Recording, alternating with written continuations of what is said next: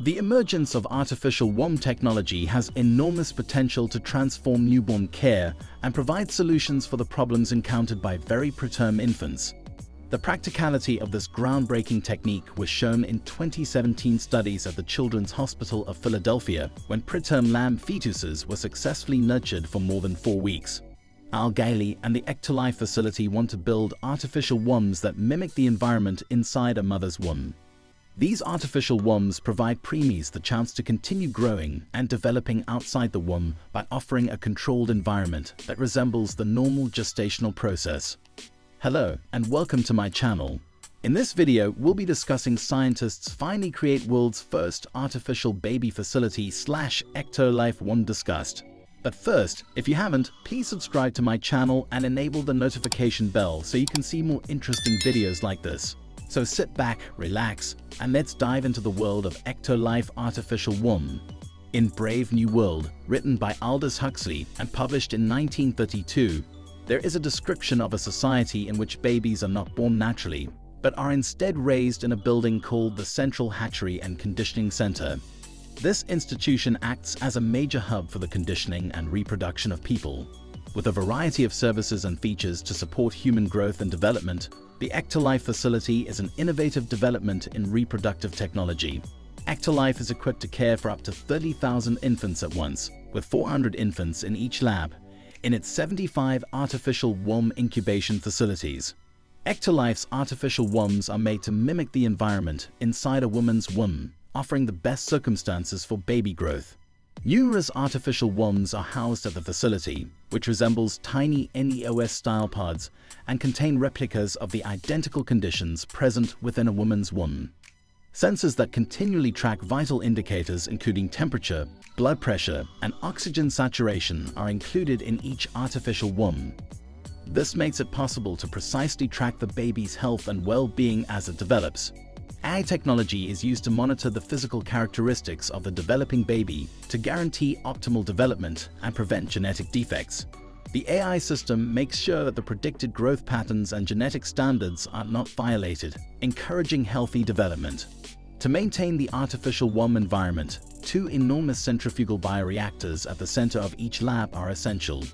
To mimic the sustenance normally given by the mother's placenta, the first bioreactor pumps vital nutrients, hormones, and antibodies into each artificial womb. By following this procedure, it is made sure that every newborn obtains nutrients that are specifically suited to their needs. Waste management is within the purview of the second bioreactor. It efficiently catches and recycles the waste created by the growing fetus. The artificial womb's closed-loop system contributes to the preservation of a sterile and clean environment, enhancing the health of the unborn child and avoiding the accumulation of any hazardous waste. The idea of genetic engineering and artificial wombs brings up significant ethical and societal issues that demand serious examination. It is critical to take into account the possible effects on conventional views of family, reproduction, and the place of women in society. Alternative reproductive technologies may change how society views childbearing, parenting, and pregnancy. It is a challenging endeavor that needs constant conversation and interaction to balance technological breakthroughs with social values, cultural norms, and people's rights and well-being. Open public conversation, strict regulation, and thorough study are necessary to address these issues. The replication of the full womb experience and potential long-term effects on children raised in artificial wombs are among the concerns. While there are potential benefits, such as helping the survival of extremely premature babies and offering an alternative to traditional pregnancy, there are also concerns. The degree to which an artificial womb can accurately mimic the complex and dynamic environment of a mother's womb is one major area of interest. The mother's womb offers the developing baby essential sensory stimulation, hormonal impacts, and feelings of maternal bonding in addition to providing physical food. The whole variety of events and relationships that take place during normal gestation may not be fully reconstructed by artificial womb technology, despite its best efforts. The long-term effects of such restrictions on children's physical, mental, and emotional development are yet unknown. Furthermore, little is known about the effects of bringing up children in synthetic womb conditions. When compared to the customary experience of being born by a mother, gestating in an artificial womb may be very different. There are concerns about the possible repercussions for a child's social, emotional, and psychological health. Ectolife places the highest priority on the ethical usage of their technology and the well-being of all those involved for those looking to maximize the genetic features of their future child. To protect the privacy, safety, and autonomy of the parents, donors, and children, the institution abides by tight rules and norms. To ensure adherence to moral guidelines and prevent technological abuse or exploitation, routine audits and monitoring mechanisms are in place.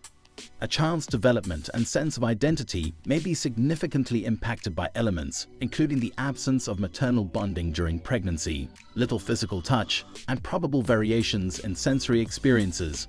Ectolife understands the value of the relationship between expectant parents and their unborn children. The facility provides parents with several opportunities to engage with their developing infant to promote this bond. Virtual reality headsets offer an immersive experience that enables parents to view the world through the eyes of their unborn child. Haptic gadgets also make it possible for parents to feel their baby's delicate movements and kicks, which promotes a feeling of intimacy and emotional connection.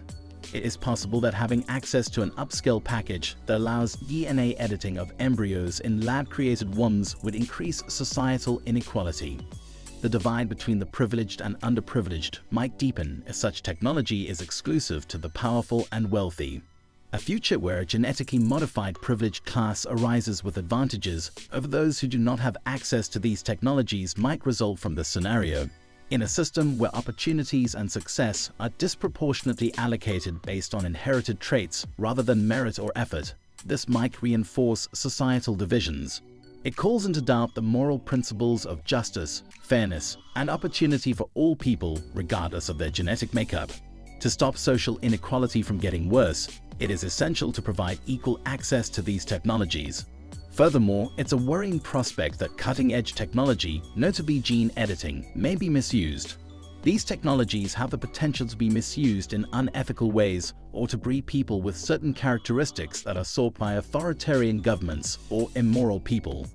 Significant ethical questions are raised by the potential for a genetically modified superior class to be created or by the manipulation of the genetic diversity of society. The elite package offers parents the chance to exert more control over the genetic makeup of their child, but it also raises important ethical questions about the limits of genetic meddling. Aldous Huxley's Brave New World and Yuval Noah Harari's Homo Deus both examine ideas that are extremely pertinent to how technology will affect society, inequality, and humankind's future. Both works explore the possible effects of technical and scientific developments, providing provocative insights and posing important queries about the course of human progress. In Brave New World, Huxley imagines a dystopian future where social engineering, conditioning, and reproductive technology are combined to produce a highly stratified and regulated society. In a world where people are created, genetically altered, and socialized to fill certain tasks, the story investigates the dehumanizing repercussions.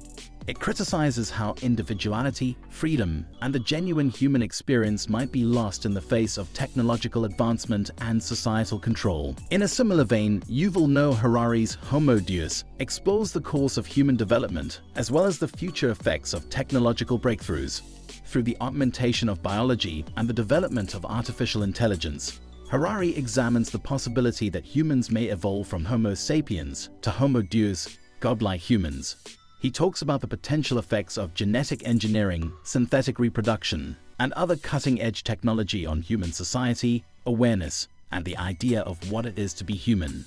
Regarding how technology shapes society and the possible outcomes of unfettered scientific advancement, both pieces pose significant ethical and philosophical issues. They issue warnings against the risks of technological determinism, which is the pursuit of advancement without giving adequate thought to how it may affect social dynamics, individual autonomy, and human values. The ethical, social, and legal ramifications of genetic engineering and artificial wombs can be navigated with the assistance of collaboration between scientists, ethicists, policymakers, and the general public. To guarantee the appropriate and equitable use of these technologies, transparency, informed consent, and continuing result monitoring are essential. With that being stated, we have concluded today's video. Thank you for sticking with us through it. I hope you liked the journey. If you enjoyed this video, don't forget to hit the subscription button and the notification bell to get notified when new videos are uploaded from our channel. Do you think that genetic engineering and artificial wombs are either advantageous or detrimental? Let us know in the comment box. Thank you. See you in the next video.